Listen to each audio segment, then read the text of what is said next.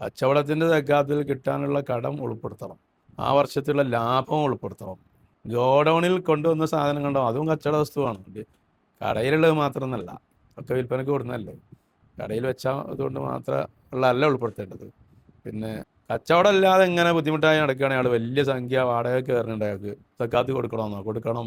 മേൽ പറഞ്ഞ മാനദണ്ഡം 595 ഗ്രാം വെള്ളി വാങ്ങാനുള്ള പൈസക്കുള്ള സാധനം ഇവൻ്റെ ഉടമസ്ഥതയിൽ കച്ചവട വസ്തുവായിട്ടുണ്ടെങ്കിൽ സക്കാത്ത് കൊടുക്കണം. ലാഭം ഉണ്ടോ കച്ചവടം ഉണ്ടോ എന്നുള്ള നോട്ടില്ല.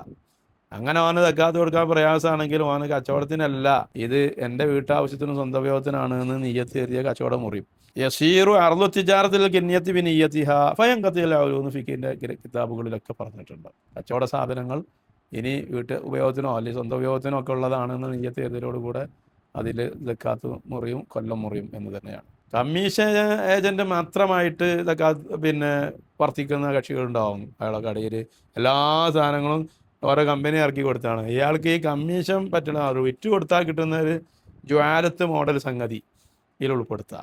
ഒരു ഇനാമ് അല്ലെങ്കിൽ ഒരു ഹദിയായിട്ട് ഒരു ഫ്രിഡ്ജ് വിറ്റാൽ ഇത്ര ഉറുപ്പിക കിട്ടും, ഒരു വാഷിംഗ് മെഷീൻ ഇട്ടാൽ അയാൾക്ക് കമ്പനി ഇത്ര കൊടുക്കും.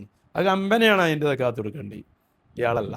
ഇയാൾക്ക് ഈ കമ്മീഷൻ കിട്ടിയിരുന്ന വലിയ തുക ഒത്തിട്ട് ഒരു വർഷം കഴിയുമ്പോൾ തോന്ന പൈസ 590 ഗ്രാം വാങ്ങാനുള്ള വെള്ളി വാങ്ങാനുള്ള പൈസ ഒത്തത് സൂക്ഷിച്ചതുണ്ടെങ്കിൽ അത് പണത്തിൻ്റെ സക്കാത്തായിട്ട് കൊടുക്കുക.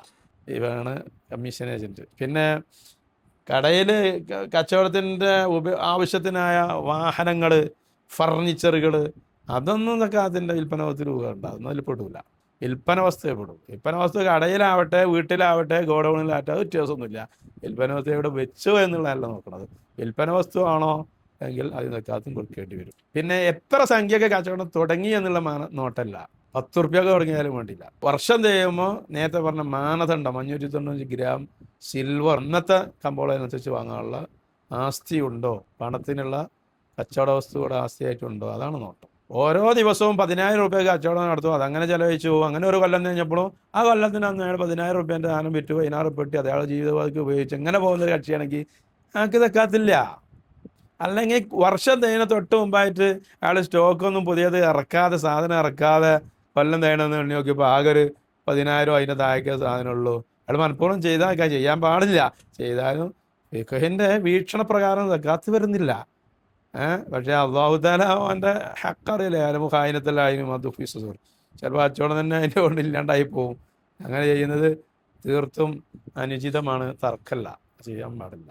നമ്മൾ ദീനിൻ്റെ പേരിൽ തട്ടിപ്പ് നടത്താൻ പാടില്ലല്ലോ. ആർക്കെങ്കിലും എന്തെങ്കിലും കിട്ടിപ്പോ എന്നുള്ള ഭയം കൊണ്ട് വർഷം കഴിഞ്ഞ് തൊട്ട് മുമ്പ് പുതിയ സ്റ്റോക്കുകളൊന്നും ഇറക്കാതെ നിന്നിട്ട് അതാണ് കഴിഞ്ഞതിന് ശേഷം പിന്നെ സ്റ്റോക്ക് ഇറക്കി, അതൊന്നും ഫിഖ് ദാറ് എന്ന കൂട്ടത്തിൽ പെടുത്താൻ പറ്റും. സാങ്കേതികമായി ടെക്നിക്കലായി സക്കാത്തില്ല എന്ന് വീക്ഷിക്കപ്പെടുന്നുണ്ട്. പക്ഷേ അള്ളാഹു വലിയവനാണ് എന്ന് മനസ്സിലാക്കലാണ് അതിൻ്റെ മറുപടി.